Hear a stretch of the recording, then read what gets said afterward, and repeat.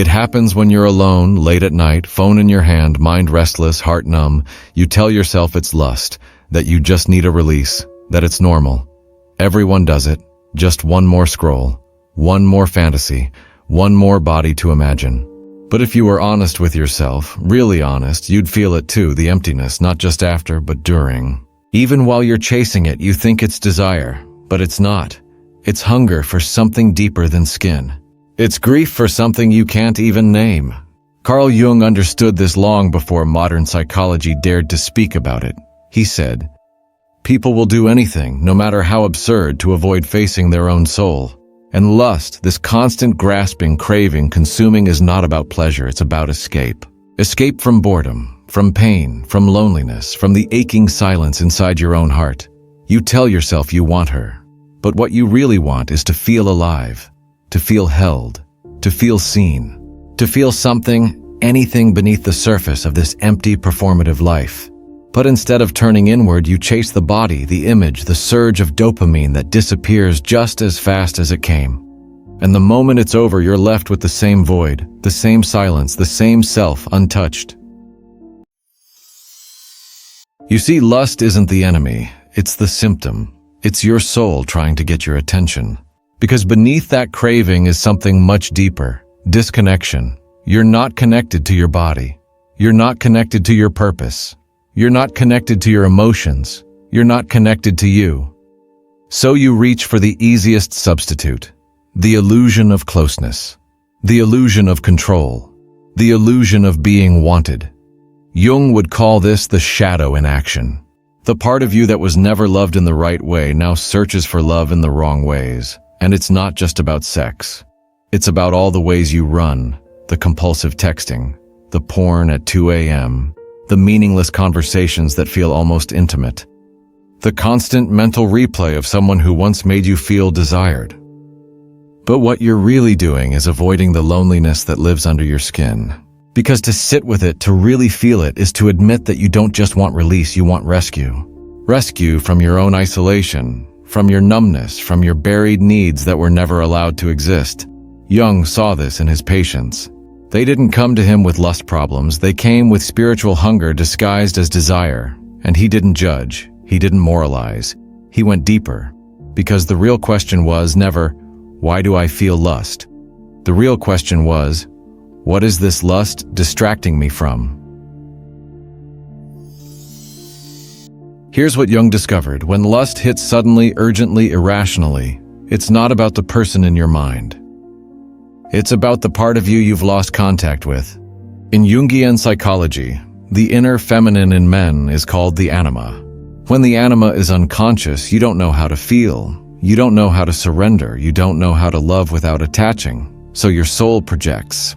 You place your lost tenderness, your vulnerability, your inner light onto her, not because she truly is all those things, but because she reminds you of the part of yourself you can't access anymore. So when you lust after her, her body, her softness, her presence, you're not really craving sex. You're craving reunion with your lost soul. This is why it hurts. Because no matter how many times you chase it, you never reach it. You can't. Because you're chasing yourself in someone else's body. And the more disconnected you are from your anima, the more violent, desperate, and empty your lust becomes. At first it seems harmless, just a release, just a habit, just a phase, but slowly it begins to reshape you. Not in one big crash, but in tiny invisible fractures. You stop feeling your emotions fully, you stop seeing people as whole. You start mistaking attention for love and stimulation for intimacy. You smile in public but feel numb inside. You talk but say nothing real. You scroll but never feel satisfied. And then it gets worse. You lose motivation. Not just sexually, but in life. You stop writing. You stop building. You stop creating. Because lust, when indulged mindlessly, consumes the same fire meant to fuel your purpose. It becomes your shortcut to aliveness. But the cost is your soul. Jung called this psychic possession, when a complex hijacks your willpower. When you no longer act, you are acted through. And in this case, it's not you who chases lust, it's your shadow, your loneliness, your unloved inner child, searching for someone to hold him in the only way he's ever known. So how do you break free? Not by repression, not by shaming yourself, not by pretending lust isn't there. You break free by facing it. By asking, what is this energy trying to teach me? Because lust is fire, and fire can destroy or it can transform. The key is not to kill it, but to contain it. Not to smother it, but to channel it. You start by staying, not with her, not with them, with you. Stay in your body. Stay with the ache. Stay with the craving without feeding it. At first, it feels impossible. You'll shake. You'll scroll. You'll itch for escape. But if you breathe through it even one moment longer than usual, something shifts. You hear something new. Silence, not the numb kind, the sacred kind. And in that silence, a voice whispers, I miss you. It's the part of you you left behind. The boy who learned to earn love through performance, the soul who mistook touch for truth, the man who forgot that his craving was not evil, just unmet. This is the work. To feel again, to reclaim the anima, to integrate the shadow, not once, every day. Because healing lust is not a one-time victory. It's a daily relationship with your own soul.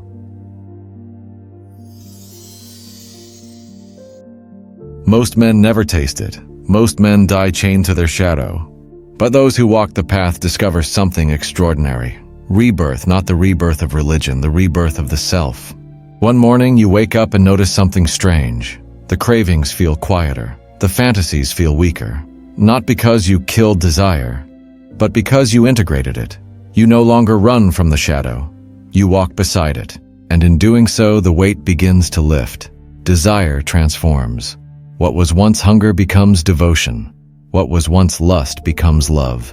You begin to see people again, not as objects, but as whole beings. And because you see them, they see you. Connection deepens. Relationships soften. Intimacy becomes possible. The fire is still there, but it burns differently. It no longer consumes you. It fuels you. You channel it into your craft, your mission, your vision for life. You feel again. Joy, pain, silence, and you stop pretending. Because nothing can be used against the man who has made peace with his shadow. This is the sacred marriage of masculine and feminine within. Strength with tenderness, fire with water, discipline with compassion. This is individuation, the becoming of your true self. So here we are, the end of one road, the beginning of another. You've seen the truth behind lust. You've seen the shadow it hides.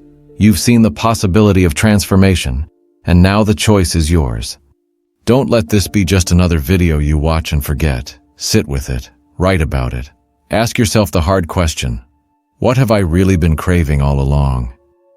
Because once you name it, you begin to take back your power. And when you share it, you remind another man that he is not alone. You were never addicted to her. You were addicted to the feeling of being whole. And that wholeness was never outside of you. It has always been waiting within. So stop running. Stop escaping. Stop searching for yourself in someone else's body. Come home. The map was never in the next message, the next video, the next app. The map has always been your soul. Follow it.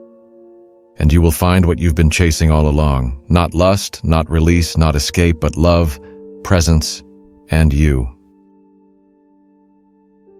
If this spoke to your shadow, if it hit something deep inside you, then stay with me, like this video, subscribe to the channel. Drop a super thanks if you want to keep this work alive, but most importantly, do the work. Because the world doesn't need more men running from themselves, it needs men who are whole. Be that man, start today, and I'll meet you on the path.